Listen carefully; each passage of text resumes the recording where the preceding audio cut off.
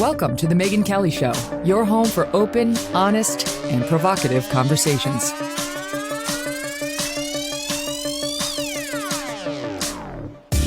Hey everyone, I'm Megyn Kelly. Welcome to The Megyn Kelly Show, and happy Monday. It's a busy Monday in the news biz. Joe Rogan apologizing over the weekend for his repeated use of the N-word and for another controversial remark. But Spotify's CEO for now is standing by him, saying while the comments were hurtful, canceling voices is a slippery slope. There's a lot going on in that case this morning. We'll bring it to you. Also, protests erupting in Minneapolis after police shoot and kill a black man during a no-knock warrant, during the execution of the no-knock warrant. We'll get into that as well. And my first guest today is the perfect person to discuss this and much more with, Jason Riley, one of my favorite people to read. I mean, honestly, his books, his columns at the Wall Street Journal, whatever he writes, you should be reading it and you will be smarter. And he is the author of the book, The Black Boom, which is out today.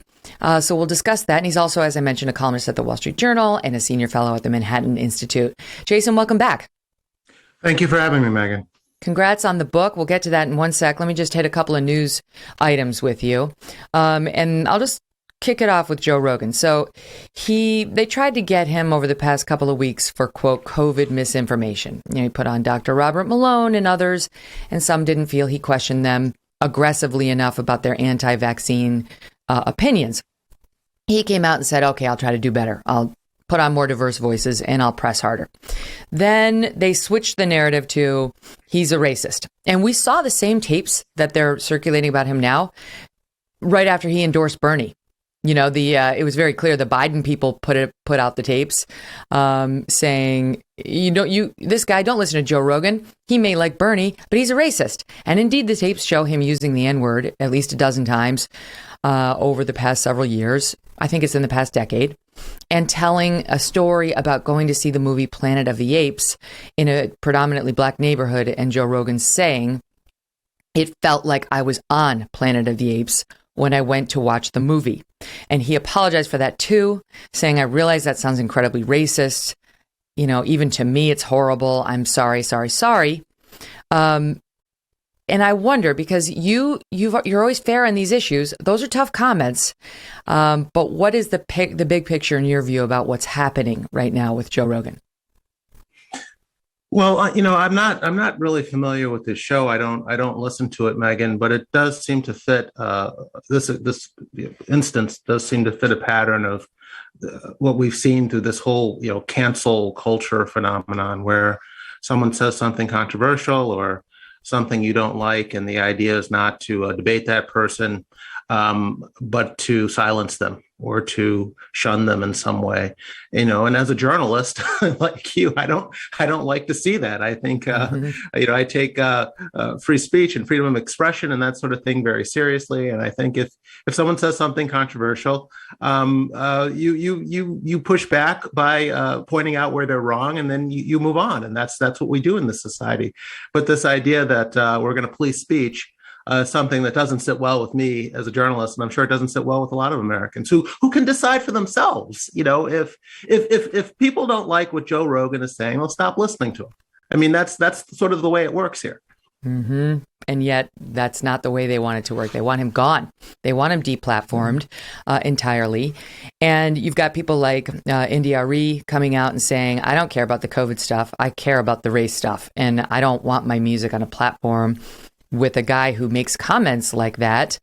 What do you make of it, right? Because it's like, I understand even in the past 10 years, people knew not to use the N-word. It's not like that was a new revelation.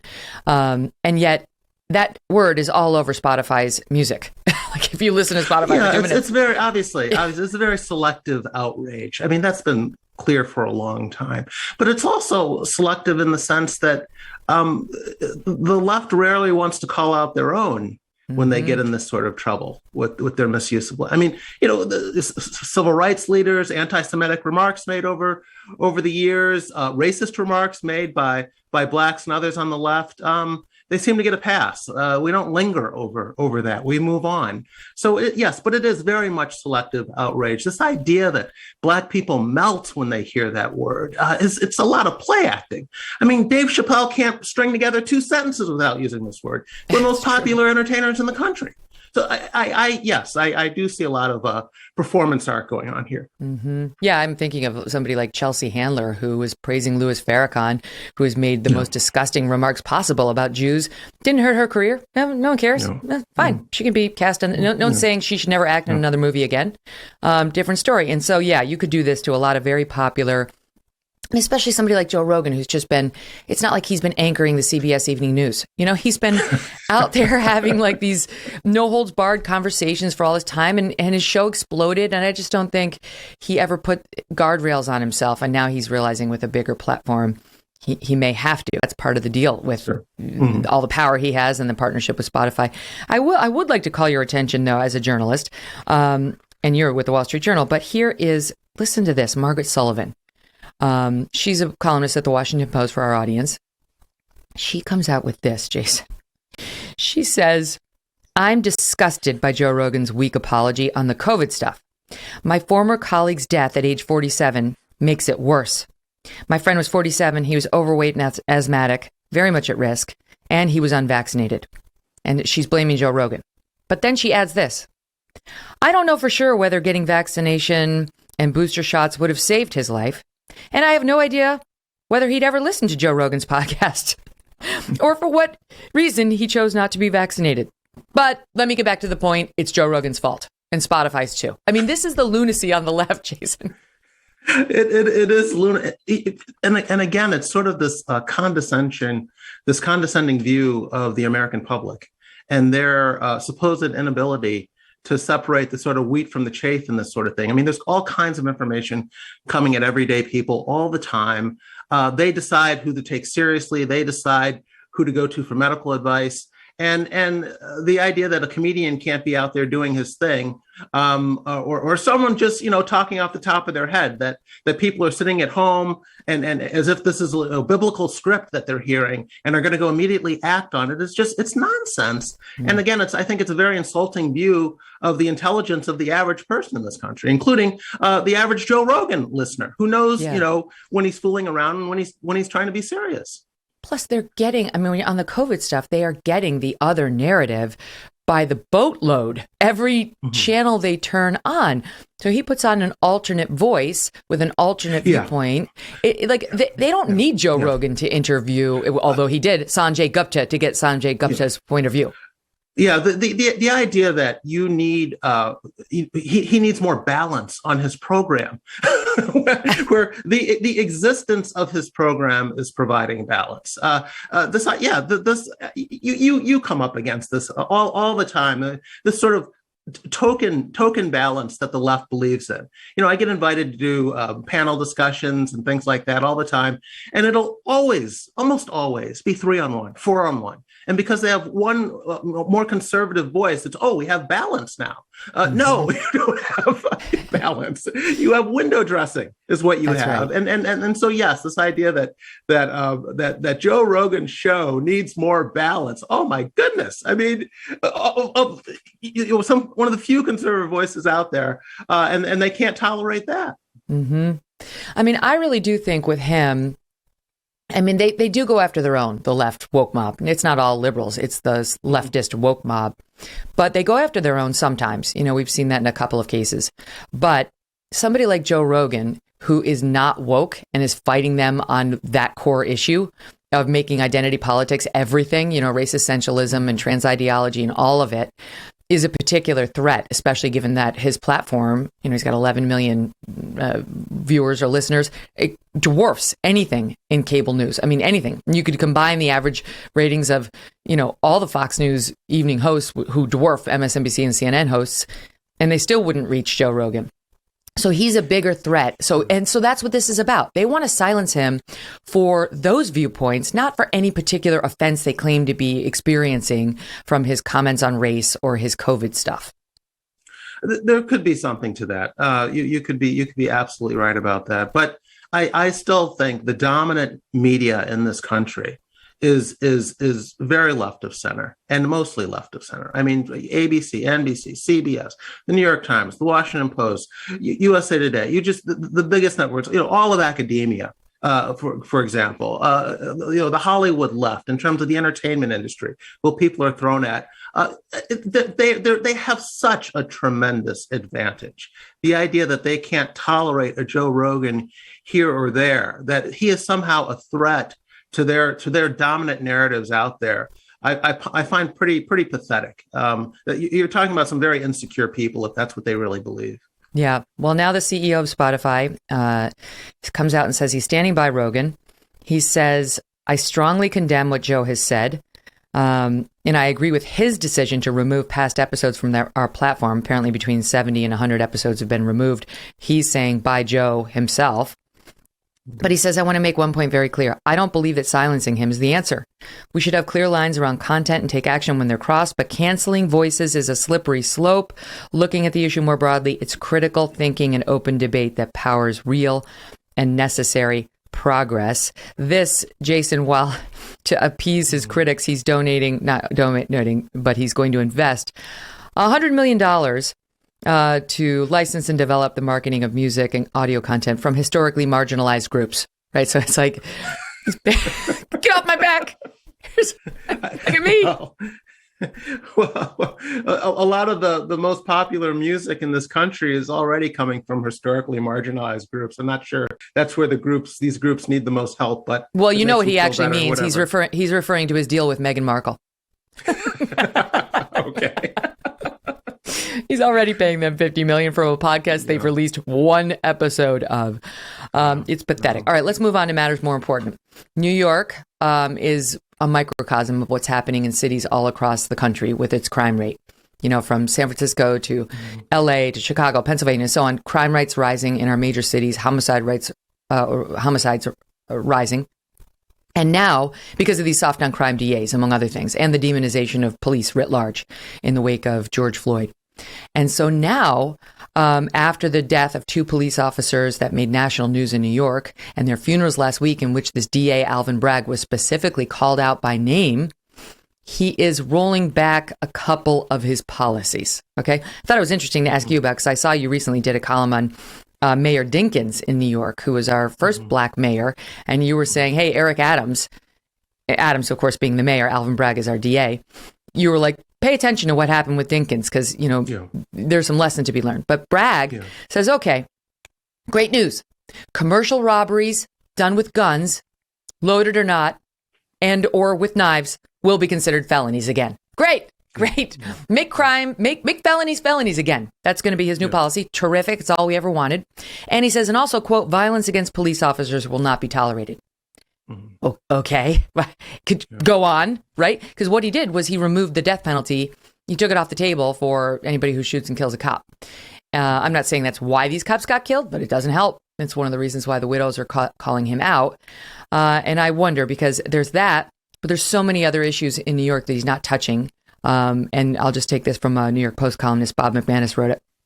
How many innocent bystanders need to be eulogized before Alvin Bragg moves?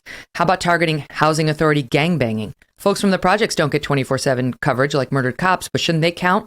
How many more needless deaths in the subways will it take to compel Bragg to address the chaos there? How many more Rite Aids have to close before Bragg agrees to take organized shoplifting for the broad social threat that it is? 2? 10? All more?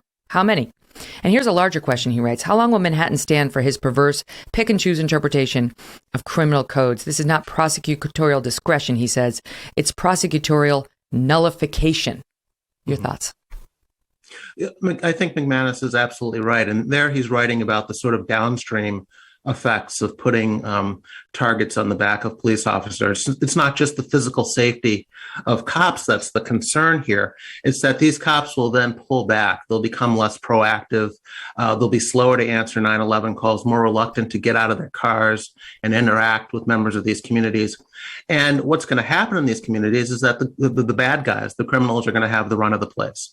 And these criminals particularly prey on their neighbors. So it is the black poor, who are mostly law-abiding, that will bear the brunt of what you see happening in these cities. And that's what McManus is talking about here. And you're right, it's not just a New York phenomenon. We're seeing it in Philadelphia, San Francisco, Los Angeles, all over the country, these district attorneys bragging about who they will not prosecute. Mm-hmm. How much they will back off going after the bad guys, and this message is getting to the bad guys, and that's the problem. And in New York, what's unique in New York is that you have a mayor who ran on a law and order platform and won on a law and order platform. But this district attorney you mentioned, Alvin Bragg, was independently elected during an election not a lot of people were paying attention to, and so there's going to be a conflict here between this law and order mayor, or at least a mayor who is talking the law and order game,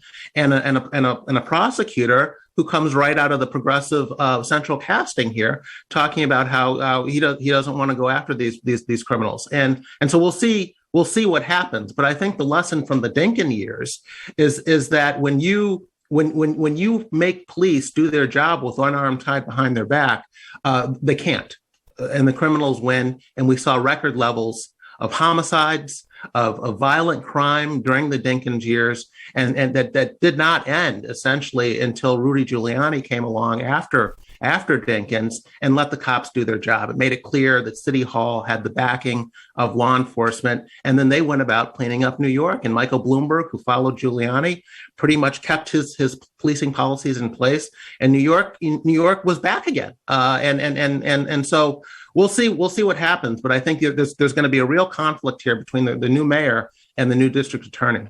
I hope so.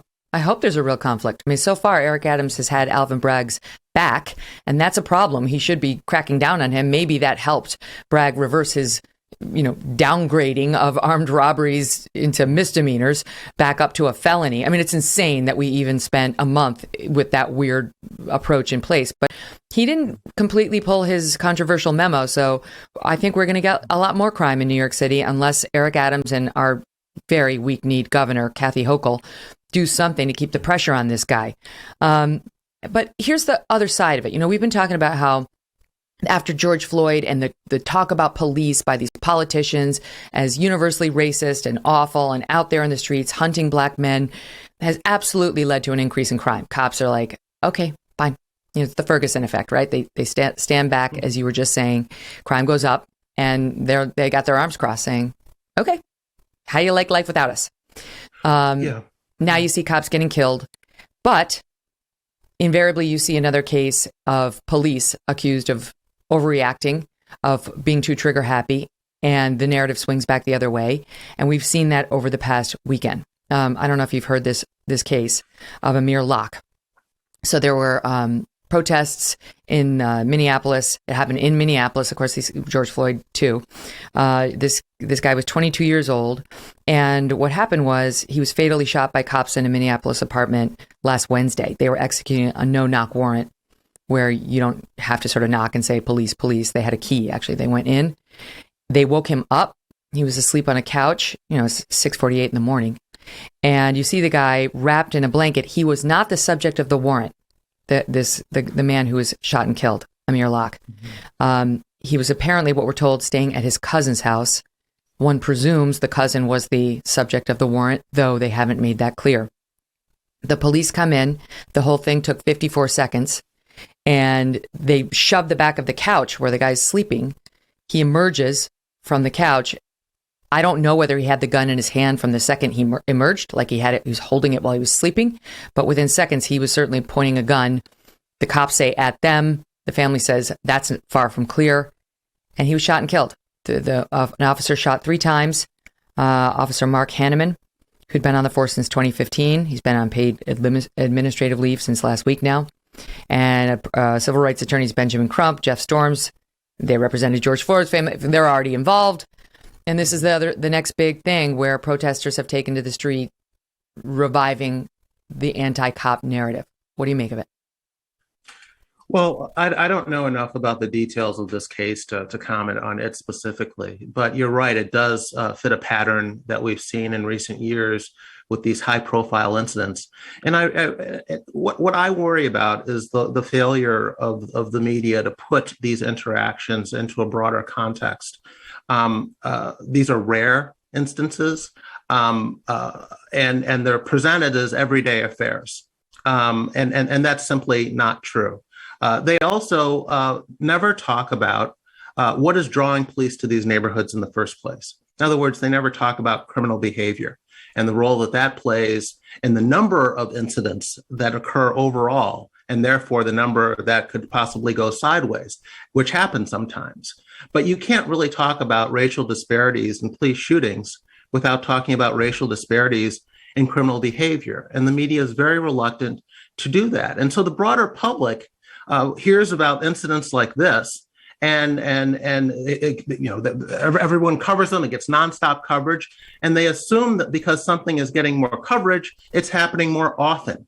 And that simply is not the case. And I wish that the media would do a better job, again, of explaining crime rates in this country and what is going on in these interactions overall between police and civilians. And the media simply, does not do enough of that. And I think it's quite misleading to the broader public. It's one of the reasons we saw these enormous protests after George Floyd. People are convinced that your typical Black person walks out his door every day worrying about becoming the next George Floyd, when in fact, in these neighborhoods, young Black men leave home every day worrying about getting shot by other young Black men, not by facing lethal force from the cops. That's not what is foremost in their minds. Mm-hmm.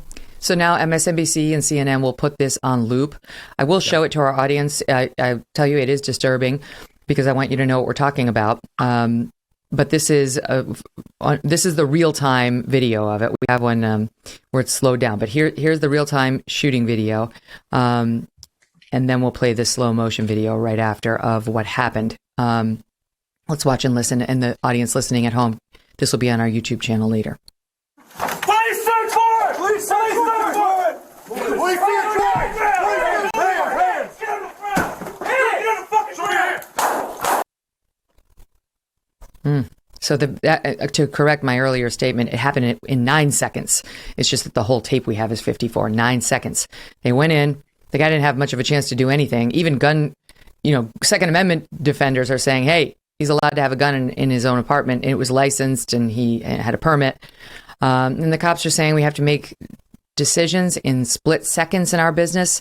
We went in. We'd been told this was a dangerous criminal's house. And next thing we know, this guy on the couch, you can see he's got a gun in his hands, and we don't take chances. And this is a still of him. You can see, you can't, Jason, but the audience, when they watch this on YouTube, will see the guy's still wrapped in his blanket on the couch, and he's holding a gun. And again, I think it's I don't know what happened in this particular situation, but we do know statistically that it is extremely rare. Police lethal use of force by police is rare. There are 7,000 or so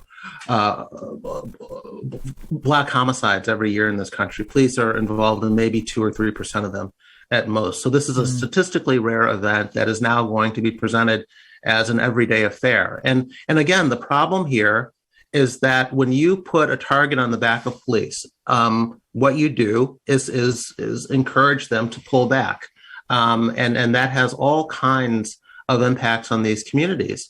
And the other thing we have to keep in mind is that these people in the media who are stoking the fire here when it comes to police community relations, they're not speaking for the people who live in these communities.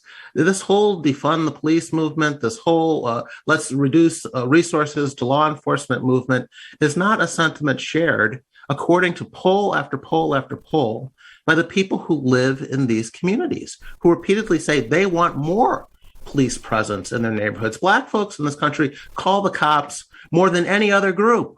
That's hardly a way of showcasing that you don't trust the police or don't like the police or don't want the police around. But that is what these elites are telling us people in these communities want. And they're not speaking on behalf of the people who live in these communities who have to deal with this stuff firsthand. That's exactly right. They don't want demonization. They don't want defunding. Some police reform. I've heard a lot of black activists who are totally reasonable on these issues say, yeah, let's talk about that. Let's talk about community policing, working with the cops and all that. There's a way forward without these crazy extreme measures. This is not to say all cops are saints. There are police who abuse their power. They shouldn't be on the force. I have no problem with making it easier to fire bad cops. I have no problem with that at all. But the people who live in these communities, as I have, who've gone to school in these communities, as I have, worked in these communities, know that the problem is not the policing. The problem is the criminal behavior. They know that. The cops know that too. And these elites go on television and pretend that is not the case. And that's what I take issue with. Right. And so the demonization of cops will go on, because that's what the media does in particular. And the softening on crime will continue in these big cities, notwithstanding the murder rates spiking. I mean, it's crazy. When you see the mayor of London, I always say that, the mayor of San Francisco, London Breed, out there begging her DA, Bill Ayers' adopted son, to get out there and enforce the law against the criminals, you really reached a tipping point. And yet, no, so far it doesn't. But that's what happens when you elect Bill Ayers' adopted son as your DA. Don't hire the child of two domestic terrorists to enforce the law. And one of the other downstream effects of this uptick in crime, Megyn, is that it's very hard for upward mobility to take place in communities, in violent communities. And so you see, businesses leave crime-prone neighborhoods, jobs follow, property values fall. And I mean, that is one of the reasons that you want law and order in these neighborhoods. That's a great point. There will be no upward mobility in violent communities. That's a great point. And to your point, of course, one of the protesters was bringing the message along those lines to the protesters over the weekend, saying, okay, what are we going to do in this neighborhood now? Burn it, and burn the police precincts. Listen here. Feel your anger fully. Be mad. Be mad. Because your anger is justified. Build barricades. Burn precincts. Reappropriate what they've stolen for you for thousands of generations.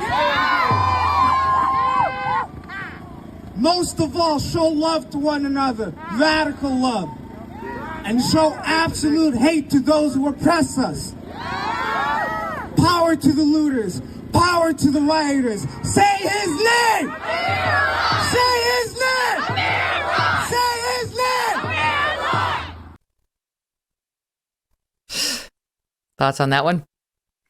Well, this is, again, a reprise of what we've seen in the past in this country. If you go back to the rioting of the 60s in Watts section of Los Angeles, in Detroit, in Newark, in Baltimore, I mean, you're talking a half century ago. Some of those communities still have not recovered from the rioting that took place back then.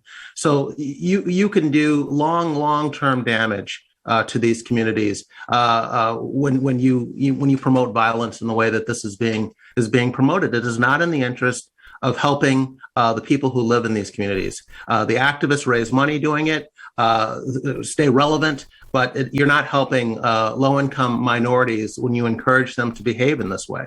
And again, you're talking about mostly in these communities. Most of the people are law-abiding. That's the problem. They live there for lack of resources, but most of them obey the law. They want safe schools. They want safe streets. That's all they want. And by siding with the criminals who prey mostly on their neighbors, you simply are not doing these communities any favors. Yeah, and the urge to encourage hate against one's oppressors while burning police precincts is probably not the way to go. But Jason, stand by, because we're going to squeeze in a quick break. Then we're going to come back and we're going to talk about his latest book called The Black Boom. And the book is about the economy and how Black Americans did a hell of a lot better under Donald Trump than the media will ever tell you. That's my own short synopsis. That's not the whole book, but it's got some really interesting points in it. Do you ever feel like it's harder to make it to the gym than it is to actually work out once you get there? Whether it's the commute or your schedule, it can feel like the business of life gets in the way of making your wellness a priority. But what if you could actually enjoy a workout that feels good for your body and you wouldn't even have to leave your house? With the Michael Phelps Swim Spa, you can do it. You can swim, exercise, relax, all from the privacy and comfort of your backyard. Michael Phelps Swim Spas are 100% made in the USA by Master Spas, the world's largest swim spa manufacturer. The team at Master Spas worked with Michael Phelps to develop an at-home training and fitness solution that you can use year-round. You can swim at your own pace when you want and without sharing a lane. Plus, you can exercise, hang out with the fam, or you can just relax. Every Michael Phelps Swim Spa has therapy seats with adjustable massage jets. It's energy efficient, innovative design, and these spas are proudly made in the USA as well. So go to masterspas.com/MK for a special offer. You can save right now $1,000 on one of these Michael Phelps swim spas, or you can save $500 on a Master Spas hot tub. Again, go to masterspas.com/MK. Jason, I'll let you describe it, but my takeaway on this is President Unity, who we have right now, who's running around calling everybody Bull Connor if they don't support his agenda, hasn't exactly been the most unifying force. And the economy under Joe Biden and under a black president for whom he was vice president, Barack Obama, was not as good for black voters as it was under the man they've told us, the devil racist hater, Donald Trump. You're exactly right. The blacks in this country fared far better economically under President Trump prior to the pandemic than they ever did under President Obama, and that's one of the reasons I wanted to write this book. It's a story that I think was underreported because the media largely had it in for President Trump from day one. They were quite surprised that he won the election and then spent all of his presidency resisting him instead of covering him. And if they had done their job and reported what was happening in terms of economic inequality under President Trump, they would have had a great story to tell about shrinking income inequality, something they obsess over. And what this really was is a function of the working class writ large getting a boom under Trump. And it just so happens that blacks are disproportionately represented among the working class. So we saw racial inequality shrinking under President Trump, who was presented in the media as this bigot whose policies would harm the prospects of blacks. Instead, we saw, record low unemployment rates, record low poverty rates, and we saw the wages of black workers rising at a faster rate than the wages of white workers. That's crazy. And yet it totally explains why Trump did improve his numbers with the black vote second time around, with a Hispanic vote second time around, because those folks were thinking about what was in their wallet, not what was on MSNBC. Absolutely. And one of the problems, you mentioned Joe Biden and the policies he's putting forward here. One of the concerns I have is that he wants to reverse a lot of what President Trump was doing in terms of economic policy, reversing the tax cuts, re-regulating sectors of the economy that were less regulated under Donald Trump. And I'm concerned that they will lead to the same outcomes we saw pre-Trump in these minority communities. And we shouldn't be going backwards. And maybe if more people knew about this economic good news story that occurred under Trump, there'll be more resistance to the types of policies that Joe Biden wants to take us back to. But you're absolutely right. I think what this economic prosperity that we saw in black communities goes a long way towards explaining why Donald Trump improved his showing among both blacks and Hispanics, and particularly men in both of those groups when he ran for re-election. So even though he didn't win, I think that's part of the reason why you saw an uptick in black support and an uptick in Hispanic support. Mm-hmm. You write in the book about, we covered this at the time, is it Starr County, Texas, that had gone 30 points or 60 points for Hillary Clinton. Yeah. Can you tell us that? Because I think that was a county in southern Texas that Hillary Clinton had won overwhelmingly and Biden barely won. And it just shows you what the priorities are of some of the people who live in these communities. Heavily Hispanic county. Yeah, a very Hispanic county. And what you're seeing here is, during the lockdowns, a lot of people could work from home and continue doing their job. But a lot of the folks we're talking about, these low-income minorities, could not. They were in the service sector. They were in hospitality. And I think that Trump's emphasis on reopening the economy really resonated with them. And that's why we saw that showing in his reelect numbers. Also, they had bigger paychecks. I mean, it's hard. We have to remember just how bad things were for Black Americans economically throughout most of Barack Obama's presidency. It was not until the 7th year of the Obama presidency that the Black unemployment rate fell below double digits, Megyn. I mean, Black folks had it really hard economically under Obama. He would say that's because he inherited a mess, right, with the financial crisis. He did, but historically, the deeper the recession, the more robust the recovery. That has been the pattern historically. That is not what happened under Obama. We saw the slowest economic recovery in the post-war period under Obama. And then when Trump got into office, he cut taxes, he deregulated, he focused on growing the economy, and we saw an acceleration in growth, disproportionately helping these groups, Blacks and Hispanics and low-income working class Americans in general. And I think it was related to these policies that he put in place. This is not a book that defends Donald Trump's character. This is a book that defends free market economic policies. Yeah. And Donald Trump put in place a lot of free market economic policies to the benefit of a lot of low-income Americans, a disproportionate number of whom happen to be Black.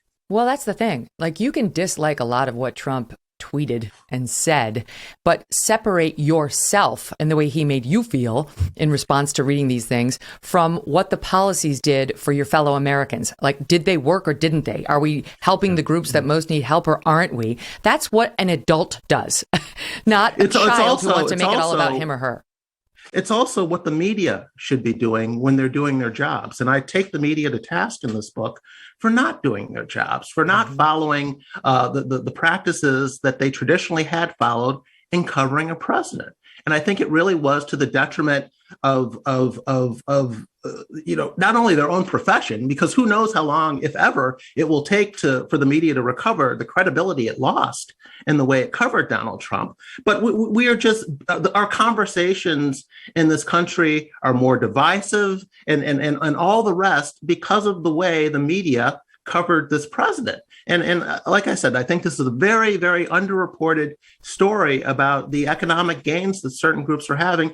And the media simply played them down or didn't cover them at all because they wanted to present this president as anti-Black, as a racist, and insisted that his policies would be harmful. And so, of course, reporting this would undermine that narrative that they chose to go with, even if it was not rooted in the truth. Well, and you point out in the book that, yes, the economy was finally starting to do better in Obama's 7th year. So it wasn't like Trump took over from him in year 3 of Obama's term, but that even Larry Summers had predicted that we were going to go back potentially into a recession. Like, the people under Obama were not predicting growth. Trump came in and gave us growth, notwithstanding all the experts saying, don't expect that. That's not how the Trump presidency is going to go. That's not where the economy's going.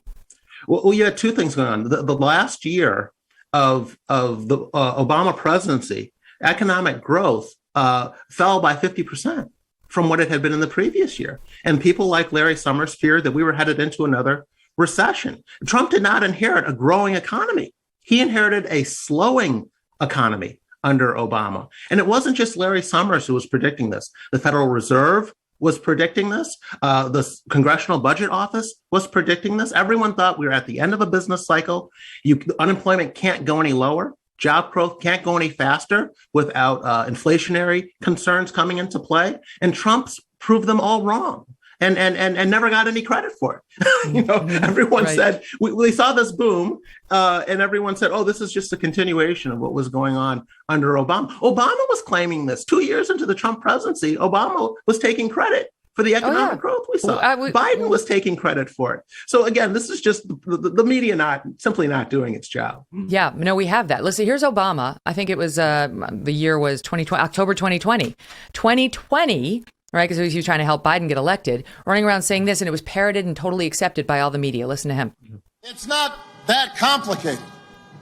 Donald Trump likes to claim he built this economy, but I just want to remind you that America created 1.5 million more jobs in the last 3 years of the Obama-Biden administration than in the first 3 years of the Trump-Pence administration. That's a fact. Look it up.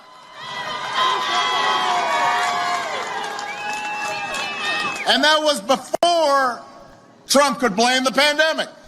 He, in fact, inherited the longest streak of job growth in American history. But just like everything else he inherited, he screwed it up. So is that true?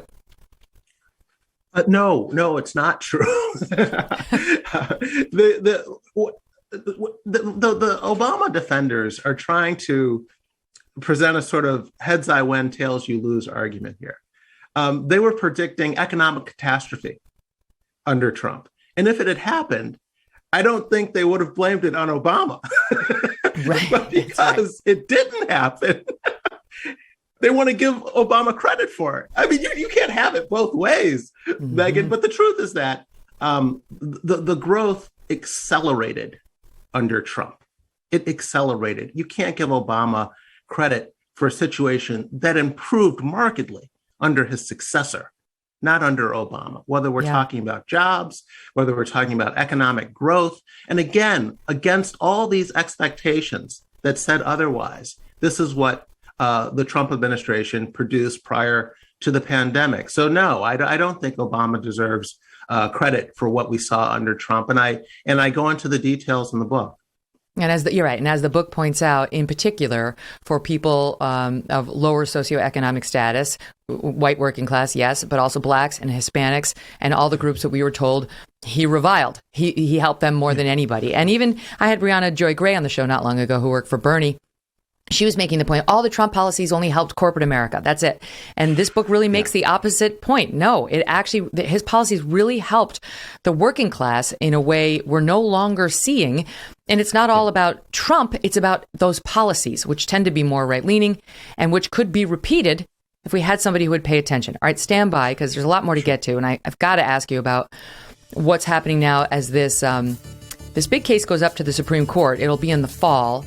Asking whether race-based preferences can live on in the college admissions process. I know you've written a lot about this and what happened in California. I want to get your take on how this is likely to go. More with Jason Riley, the greatest, in 2 minutes. And don't forget, folks, you can find the Megyn Kelly Show live on SiriusXM Triumph Channel 111 every weekday, noon East.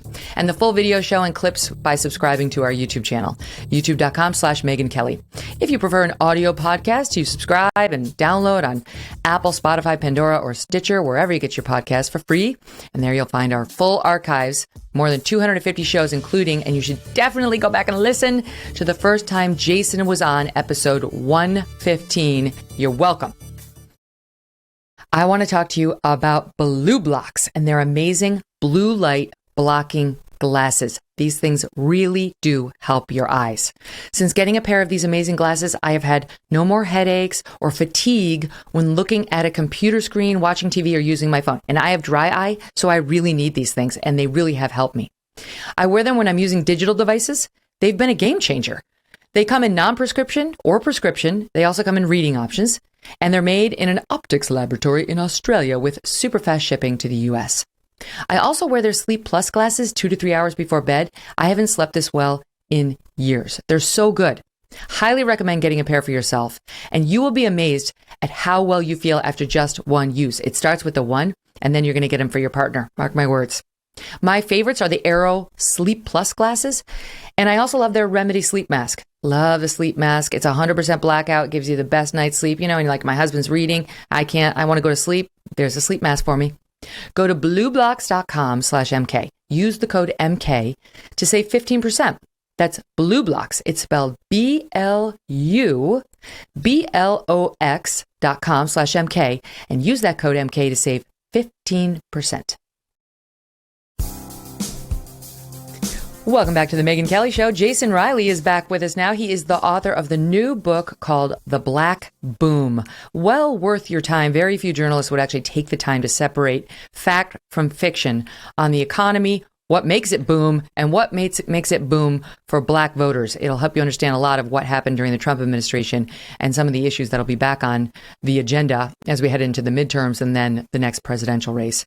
So, Jason, let's talk about, speaking of what's coming up, SCOTUS, the Supreme Court, has taken a case that they're going to hear in the fall on whether it's okay for colleges to continue using race as a factor in college admissions. Quotas are not allowed. They haven't been allowed for decades. But I was at the Supreme Court case when they argued it back in 2002 or 2003, where they said, we're still going to allow it. It can be a factor. So we're not ready to throw away this program yet. And at that point, the court said, maybe in 25 years, we hope to never have to allow this. Like in 25 years, we hope this will go away. Then the Roberts Court issued a similar ruling as recently as 2016, allowing it. Now it goes back up there. And it's Harvard in particular and UNC Chapel Hill, I think, that are defending using race in their admissions practices, but they all do it.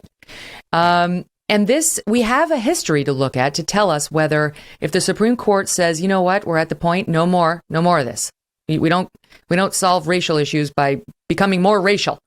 And if they throw out the ability to use race as a criterion, we can look at what happened in California, something you've studied as well. So walk us through what's at stake here and how it's likely to go. Well, I'm pretty excited about it. As you just described, the court has been kicking the can on this issue for decades, telling schools race can be a factor as long as it's not the deciding factor.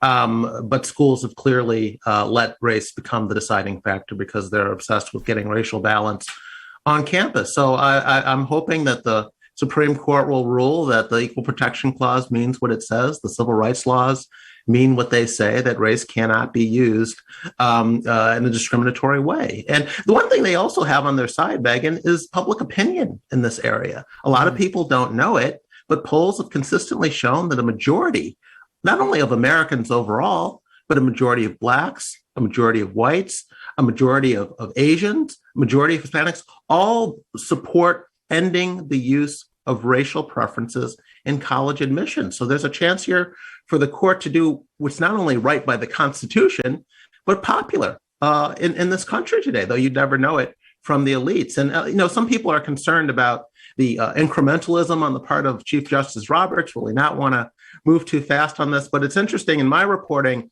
I'm told on racial issues, he has not been much of an incrementalist. He wasn't on the voting rights case, Shelby. He wasn't in a Seattle case earlier about the use of race. And so on racial issues, he's the guy who said the way to end racial discrimination is to end discriminating by race. And so I'm pretty confident that we could maybe get a 6-3 ruling here in the right way. I think you're right. In California, back in the 90s, they said, you know what, let's try this. Let's get rid of race as one of the factors that you can consider on college-based admissions.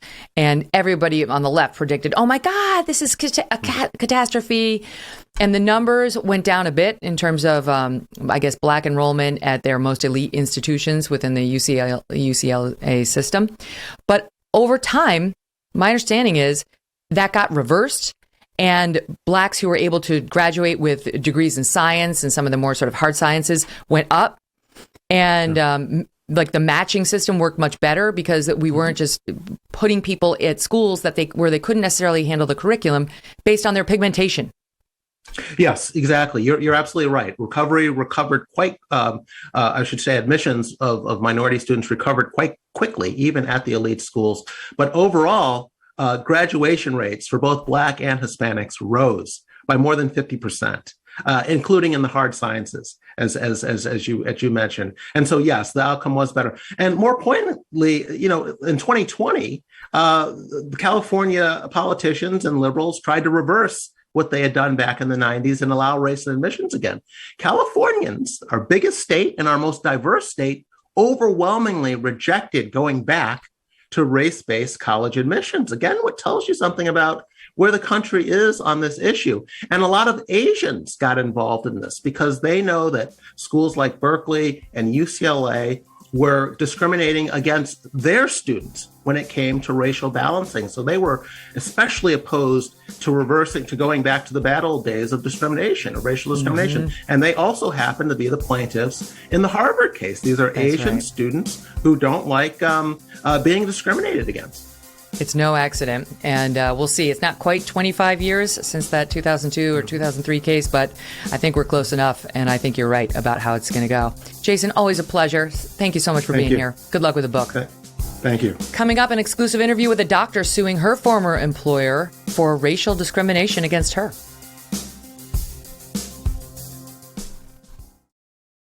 You know I'm always looking out for you, especially when it comes to exposing the hypocrisy of the so-called elites. Like the fact that 52 members of Congress, 52 I say, violated insider trading rules in 2021. It's almost as if that's why they went there. Well, there's another exclusive market where the ultra-rich trade more than $60 billion a year. And I am talking about the art market. Only this one, you too can take advantage of legally. In fact, blue chip art prices outpaced the S&P 500 by 164% from 1995 to 2021. Wow. That's why I'm so excited to tell you about an investing platform called Masterworks, finally giving regular folks access to this asset class at a price most can afford. Early investors already saw over 30% annualized IRR in 2020 and 2021 from the sale of 2 paintings. Log on to masterworks.art/MK to get started. That's masterworks.art/MK. See important disclaimers at masterworks.io/disclaimer. Welcome back to the Megyn Kelly Show. A prominent biracial doctor was demoted for what she believes was her personal opposition to critical race theory and Black Lives Matter after the death of George Floyd. It's not even just her belief. I mean, it's pretty much in writing from the hospital. She is now taking action against her employer, claiming that she's the one who suffered racial discrimination in this case. Joining us now for an exclusive interview is Dr. Tara Gustilo and her lawyer, Daniel Cragg. Welcome to you both. Thank you so much for being here. Afternoon, Megyn. Thank you so much for having us here. Thank you. Sure. So let me start with you. So you're a very well-respected doctor, trained at the best institutions, and you wind up chairing, not just working, you're an OBGYN, but not just practicing medicine, but chairing the entire department at, is it Hennepin? What's the name of the institution? I want to get it wrong. Hennepin Healthcare System. Okay. And where's that? It's in Minneapolis, Minnesota. Okay. And how long were you the chair of the department? So I was interim chair for about 3.5 years, and then I was permanent chair for about 2.5 years. And you yourself, I normally wouldn't go over this, but becomes relevant later, but you yourself, what's your ethnic background? And just tell us about your family and your own personal history. So I'm the 5th child of a Filipino immigrant. My father is an orthopedic surgeon who came here in his mid-20s from a small town in the Philippines called Manapala. And he married my mother, who was a nurse at the time. She's from Taylors Falls, Minnesota, which is a small town in Minnesota. She was the farmer's daughter. And so, my parents are kind of a biracial couple. So I grew up with them. And do you want me to? And then tell us about your own nuclear family. Okay. And my first husband happened to be African American. I have 3 biracial children who are 23, 22, and 18 at this time. Okay. So, I mean, anybody can deduce from that you're not exactly a seething racist. You don't jump out as an Archie Bunker, which is what the hospital's kind of trying to say about you now. It's insulting, so I just want to lay the foundation. But not only that, not only your history, but while you were chair of the department, you took a look at things like what's going on in terms of the birthing practices and how can we better serve our diverse patients. What did you do to advance that cause? Yeah, so the community health assessment in like 2018 showed that there were, market disparities in birth outcomes with African American and Native American women, indigenous women, and so we were kind of charged with taking a closer look at that. So we got a group of community leaders as well as physicians and healthcare folks together, and we started talking about how to best address it. We started working on a program, kind of culture, what we were calling culturally congruent prenatal care group prenatal care pilots, which my thought was to help us learn more about these two specific communities, so that we could understand how to serve their needs better, and eventually do a similar kind of deep dive with other groups that we serve, because Hennepin Healthcare serves a quite diverse community. And then ultimately, my hope and goal was to create a kind of a care model that could serve everyone, that was open enough to serve all the different cultural backgrounds that we're working with. And before I get to your postings after George Floyd and all that, I know that you've said now that your hospital has taken that program and turned it into racially segregated care. What does that mean? We were talking about it just amongst my staff last week. Like, what does that mean? So, when we started these culturally congruent care models, my thought was that we were going to use that as a learning to then kind of universalize our care in a way that was open to everyone and comfortable for everyone. As I continued on in that work, comments were being made like, oh, we won't be ready to kind of have an open care model like that for decades. I was on one group where we wanted to have a community healthcare worker who, and it was for an African-American pilot, and they didn't have one that was African-American. And so they were having a discussion on how to get around their anti-discrimination bylaws. And I said, what are we talking about here? I mean, are we doing segregated care? Isn't the ultimate goal to train all of us to know how to take care of folks from diverse backgrounds? And there was just kind of a silence. Oh, in other words, you can only have a Black doctor work on Black patients? They were like, we need a Black doctor to serve the Black patient population. Right. And so the initial pilots were the initial pilots that I worked on were kind of like, okay, clearly there seemed, from what we were hearing from the community, there was this barrier, right? And so we said, well, let's do a pilot to understand that barrier. And yes, let's try and match the clinician's race. But then it became more than just a pilot, or seemingly to me, it became more than just a pilot. And it became a thing that no, this is going to be our care model. And so, for me, and maybe it's a fine distinction, but my thought was it would be useful maybe to understand what was going on and what the barriers were, but I never anticipated that it would be thought to become kind of a care model to be carried on. Right, if that makes sense. No, I was very confused, because I was like, if they have segregated care in the nursery, right? It's going to get very awkward. I mean, and what does a biracial woman like yourself do with your baby, right? Like, which part of the ward does he go to? I mean, it's just, if you're going to take it that far, it could get very uncomfortable very fast. So that's not sort of what got you in trouble with the hospital. It's just by way of background, by saying you're not insensitive to cultural differences and to the different needs of different patients based on skin color and cultural backgrounds and so on. You're tuned into that. Right. However, after George Floyd was killed in Minneapolis, your town, and tensions were running high, you were among the first to say, hold on with the narrative that's being pushed. Just hold on. I'm a doctor and I'm fact-based, and let's see whether these narratives about police are true or whether this is sort of propaganda being pushed on us. And you started to make some, I guess we could call them heterodox, certainly for that time, postings on your social media about, let's be careful here because the data about police that you're being fed, America and colleagues, may not be based in fact. Is that a fair summary?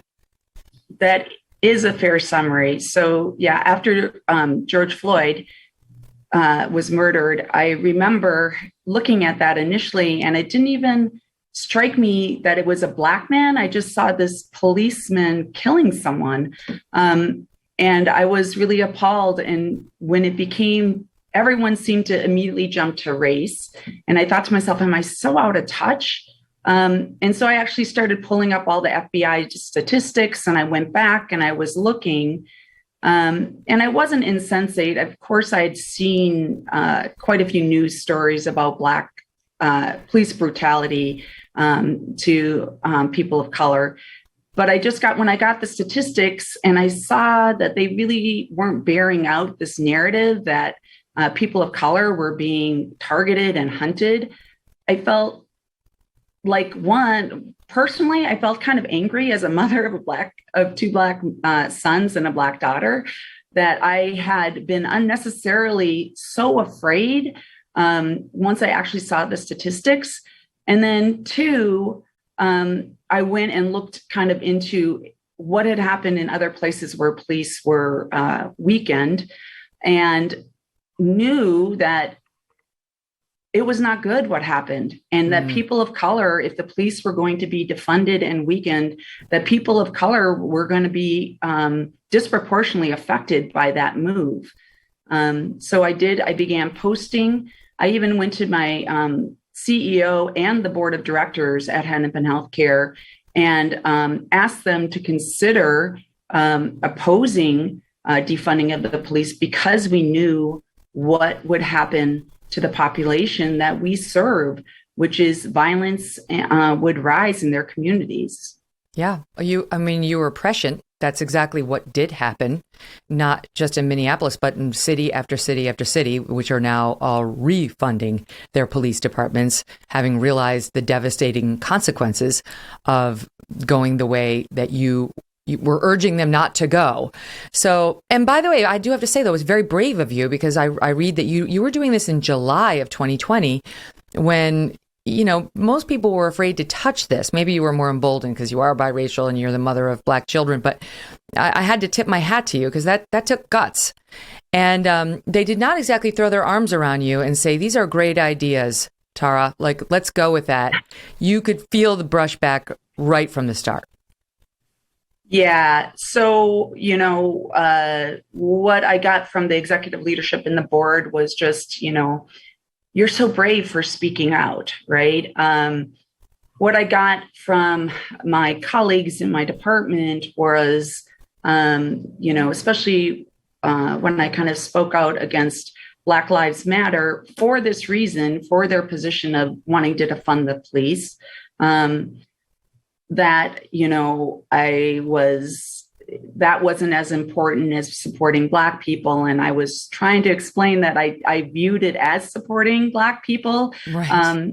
Of course, I don't disagree with Black Lives Matter, but some of the other things that they were advocating for, I could not support. Mm-hmm. So you wouldn't stop. They told you to at least put a disclaimer on your social media that you don't speak for the organization. Fine, right? Okay. Yeah. But then it seems like they started to step it up a notch. And the next thing you know, they're pulling in some human resources firm to do an investigation of you, who I think at that very moment, or at least for years earlier, they had been promoting on billboards throughout the city. That's how much they loved you. Now suddenly human resources has got to review what exactly? How did they phrase it? Yeah. So, you're right. I was on billboards. I was on the board of the directors for the hospital for 5.5 years. I was a chair of the board quality committee. I was chair of the medical staff quality committee. So I had held quite a few administrative and leadership roles within the organization. My colleagues had expressed concerns over my political beliefs.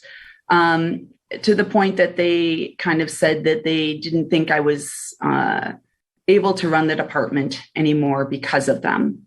And so they said that they were going to bring in an HR firm to kind of understand this better, which is what they did.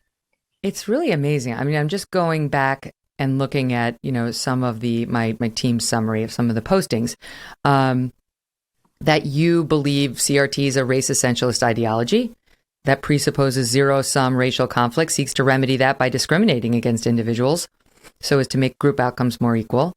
That you had a personal opinion that CRT is not a continuation of the civil rights movement, but rather a repudiation of it. Right. Okay. This is all true. I mean, I think that's really clear. I think even the BLM supporters would say, yeah, Martin Luther King had a place in time, but this is not it. And, we've got to move forward, and we reject that, I don't see color. I mean, they've been pretty explicit about it. It's not even all opinion here. This is factual. But in your profession, like so many others, you're not allowed to have an opinion that doesn't go along with the masses. Because I'm going to guess that there were doctors speaking out the other way who had no problems whatsoever. Yes. So, people were wearing BLM buttons and things like that.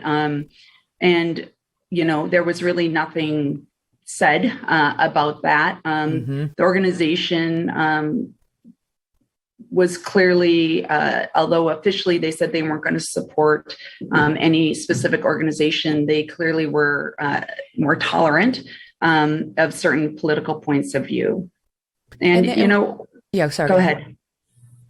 Well, I was going to say, I know that they wanted to write a letter generally about to the staff and, all the letters that went out at that time, like, oh, we care and we're here. And there was one line item in particular that you went to battle with them over. What was that about? So, after the death of George Floyd, my department decided they wanted to send a letter to our patients, which I thought was a great idea. And one of the lines that they included was to the extent of, we support you in your unrest. And at that point, this is after, the riots in Minneapolis.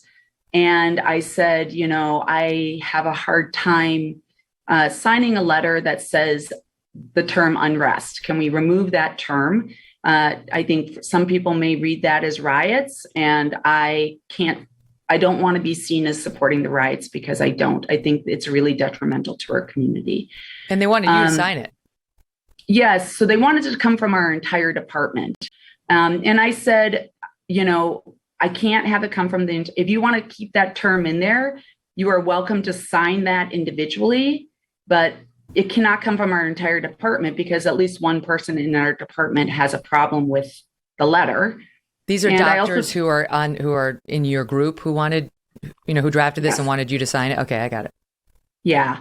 And so I said, you can sign it and send it. You just can't sign it from our department because I don't feel comfortable signing that letter. If you revise it and take that term out, I'm happy to have it come from our department. And my goal there was to try and create a space where we could all feel comfortable. And I also told them that if anyone else had a problem with any of the verbiage in the letter, to let me know, because it was really important to me that this not divide our department, that this be something that we could all agree with and work together on.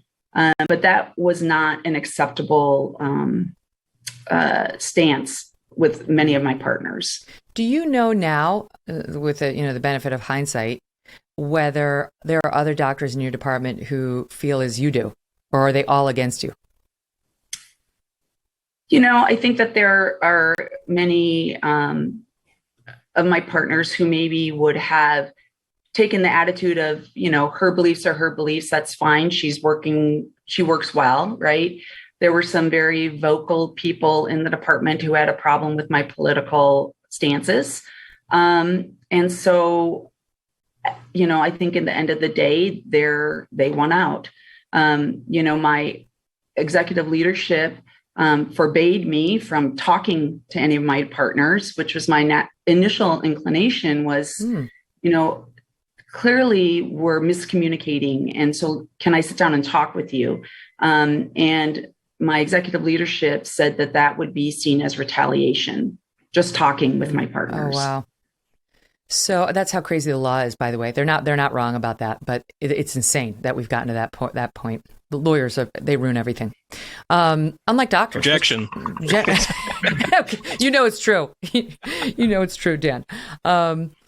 So, okay. The human resources group comes in, and now they're doing an investigation. And I mean, you've got to be thinking to yourself, this is insanity. I posted things online trying to say what I think about what's really going on here. And they're effectively threatening my livelihood, my job even potentially, but certainly your position as chair of the department, which you had earned through excellence. Yes. And so do you go to them and say, this is a sham? What do you do? Like, I'm on the billboards. I've had nothing but wonderful feedback my entire career. This is political persecution. Yeah. Well, I certainly said, why are you letting this stand? Why, for me,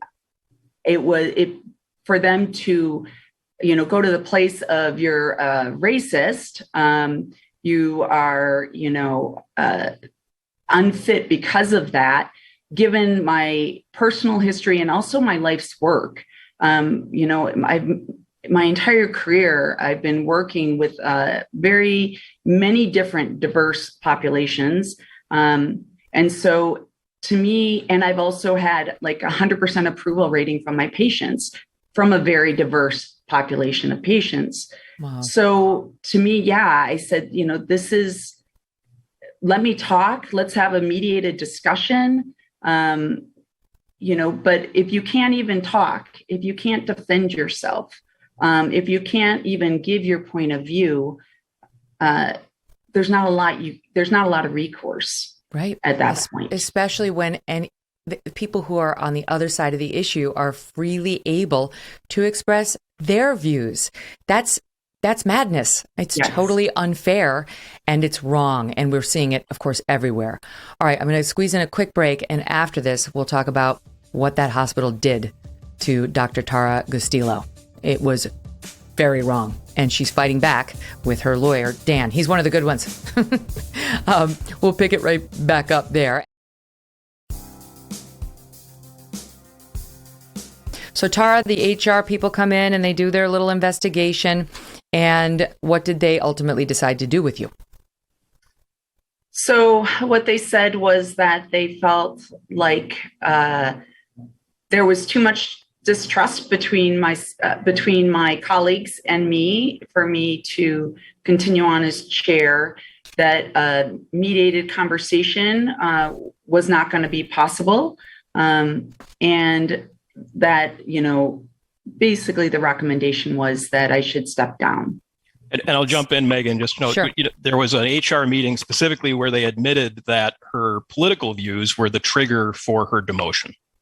It's unbelievable. It's great for you. It's wonderful. It's an incredible admission.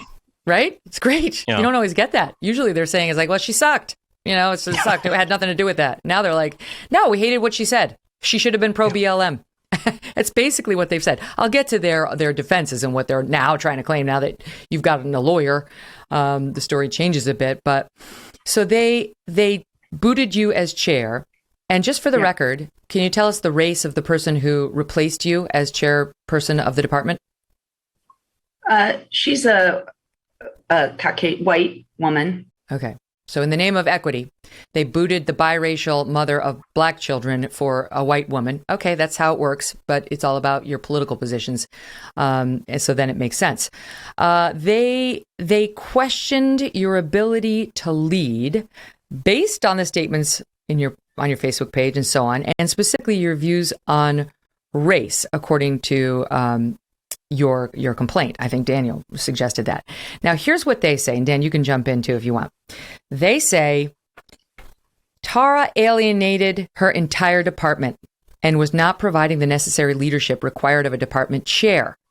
This is quoting now. She incorrectly and myopically viewed the legitimate criticisms of her performance as a department chair as based solely on opposition to her political positions, this same lack of self-awareness is what led to her downfall as chair. They're basically saying she was so polarizing during such a difficult time within the hospital that she lost the support of her, the people under her or around her, and could no longer lead. Is that a fair complaint? Maybe I should jump in here. It's not fair if the motivation is essentially a flavor of racism. If you take us back into another time where you can imagine a racist workplace where the workers are said, we can't have a black supervisor, we won't get along. That doesn't immunize it. That just highlights the illegality. And so when her coworkers are saying she essentially doesn't have the proper views for a person of color and we can't work with her, that's an admission essentially of the Title VII violation, that they want to discriminate on the basis of race. So you're not basing, because there's an allegation of race discrimination against Tara. That's not exactly based on her race. It's based on her standing up to racism within the department and them saying you're fired for that. Yeah, there's a couple different things. And I suppose one important thing to note is Hennepin Healthcare System is a county hospital. This is a public institution. Dr. Gustilo is a public employee. And so we have claims that are kind of two sides of the same coin. We have a First Amendment retaliation claim for the things that she said outside of the scope of her employment, her personal Facebook page and things like that, where it's absolutely clear that adverse employment action can't be taken against a public employee for things they say off the job. And then she was also advocating within the workplace essentially for compliance with Title VII. Things like advocating against racialized care or segregated care, advocating for equality rather than equity. The distinction being you have this 1960s civil rights 2.0 view of everyone needs to be equal under the law, and we don't allow discrimination on the basis of race. And we have this new idea, old word, new meaning of equity, where we must discriminate against individuals in order to make groups equal.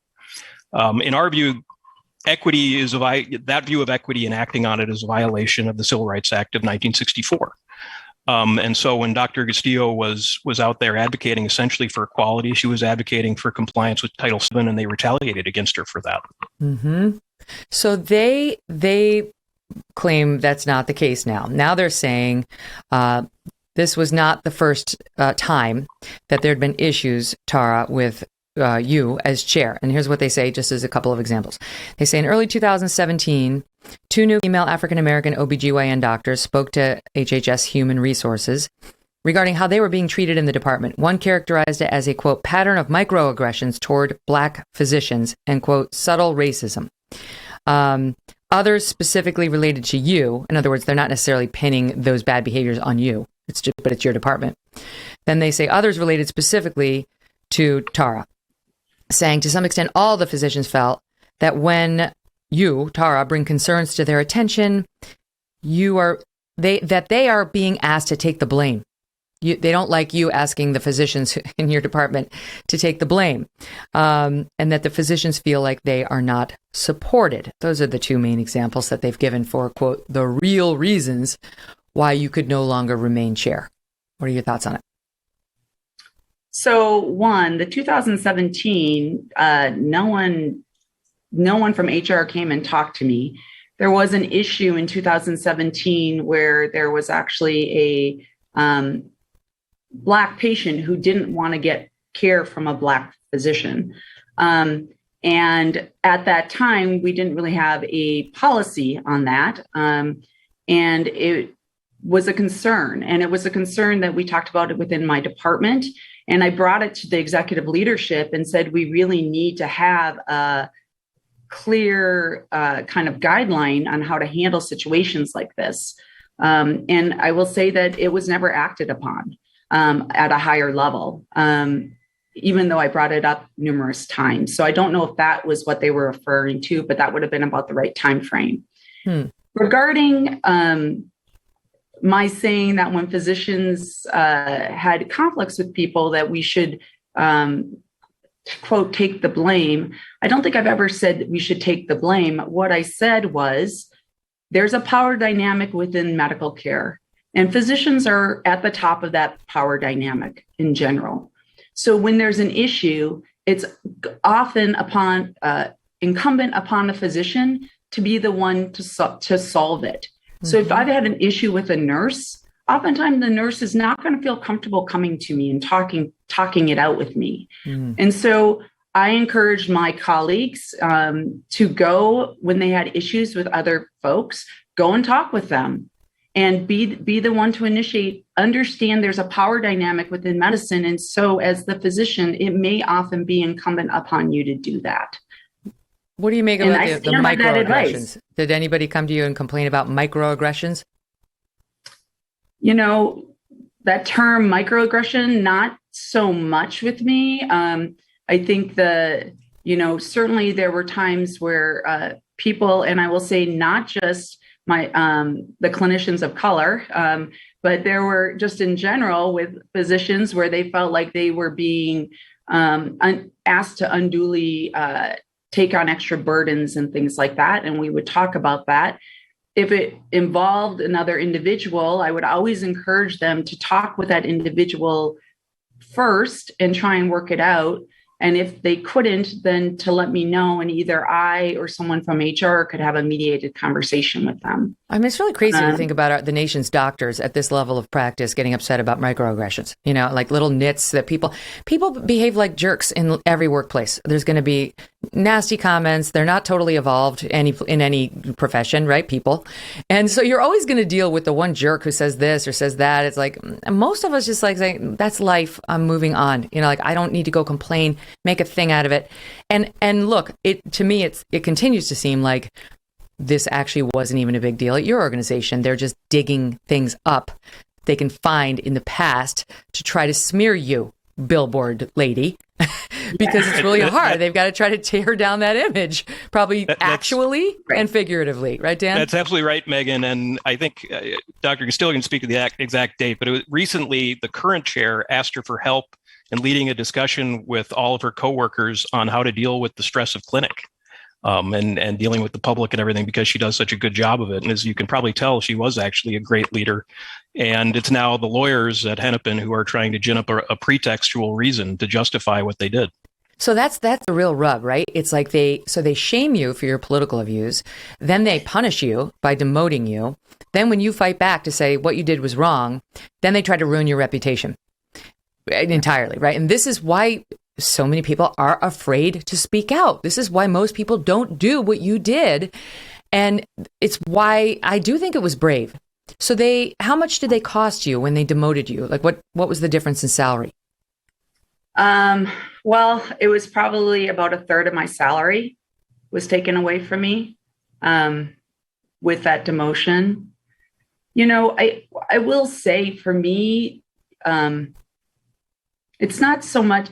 I find the thing most concerning to me is that, medicine is based on the individual. We have public health, which is based on groups, right? But, we swear an oath to kind of for unconditional love for our patients, right? It doesn't matter who you are and what you did before you walk into my office. I am going to try and understand who you are as an individual and apply the science that I know to you as an individual to help you become healthier. And I really think that is what's getting lost in all of this, that our job is to deal with individuals and help them to become healthier. And you can't do that if you have these preconceived ideas of who this person is because of their race or socioeconomic background or any of it. You have to think and approach people as individuals in order to be a healer and to be in medicine. At least that's my opinion. So what do you make of they're using an email, and no good deed goes unpunished. If true to form, you too tried to take responsibility for what you could, and I guess you wrote a letter and to an email to the entire department, trying to sort of reunite what was at the time a fractious situation. And you said, and this is them bringing this up now, I'm deeply saddened that this letter, which should have brought us together, seems to have created acrimony and hard feelings. I'm even sadder that I have become the nidus, a new word I learned. It means a place in which bacteria have multiplied or may multiply. Doctors. I'm even sadder that I have been the nidus of this conflict. I have actively been working to unify this department for years. You went on to say, I was too forceful in my assertions as they were my beliefs. It was never my intent to force anyone to agree. But I admit I did hope to persuade. In the past, I've been told I'm too passionate and can be a bit of a bull in a china shop. Sister, word. I clearly need to keep working on these aspects of my personality. Okay, so that's you trying to say to your colleagues, I get that I ruffled some feathers. I wanted to be more unifying, and I will work on this. And now they say, she only got worse. And they talk about your social media posts. So do you wish you hadn't written that email? And how do you see it now with the benefit of hindsight? No, for me, I think I wanted them to understand why I was making decisions I was making. And so I explained myself, which to me is a good leader. I'm making a decision or I'm making a choice that you don't agree with. This is my reasoning. And yes, of course, we were seeing things differently. And so anytime you explain yourself, you hope that people can at least say, well, that I disagree with it, but I understand where she's coming from and can at least respect it. Right. I did not, the way I worded that is, I think if you read my original email, I don't know that everyone would read it as this like very forceful thing. Was it about the letter and not saying unrest, not supporting the unrest? It was about the letter and not supporting unrest. Also, there was an incident after George Floyd's death where White Coats for Black Lives put on a sit-in at the Capitol. My department had wanted to do that and had started working on creating a acknowledgement of what had happened. And then White Coats for Black Lives heard about it and kind of took it over. And then at that rally, our department was publicly thanked for helping create that rally.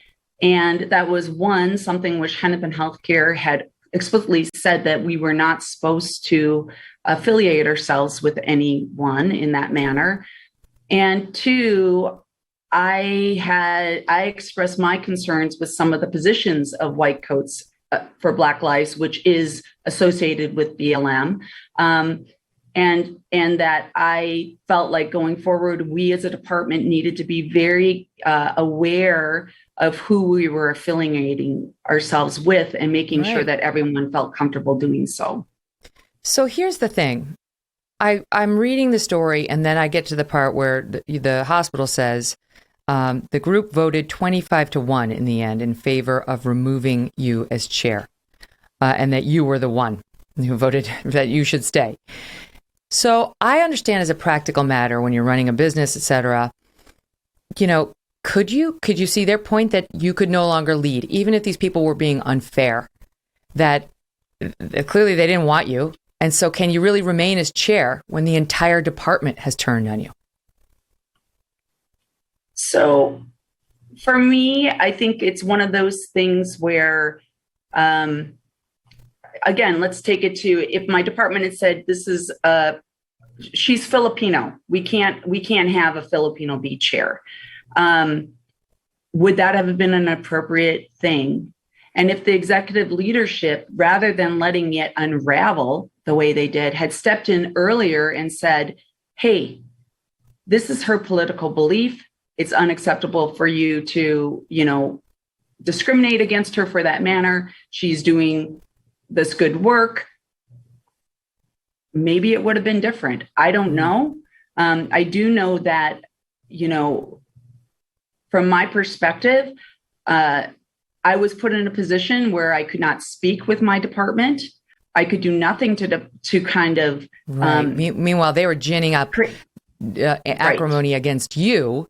And one of your other sins that we didn't even touch on is apparently you were a President Trump supporter And this is they point this out in what they found on your social media. So that's also not allowed in left-leaning communities amongst our leaders. You're not at least supposed to say it outside, Tara. Maybe nobody told you that. Say it out loud.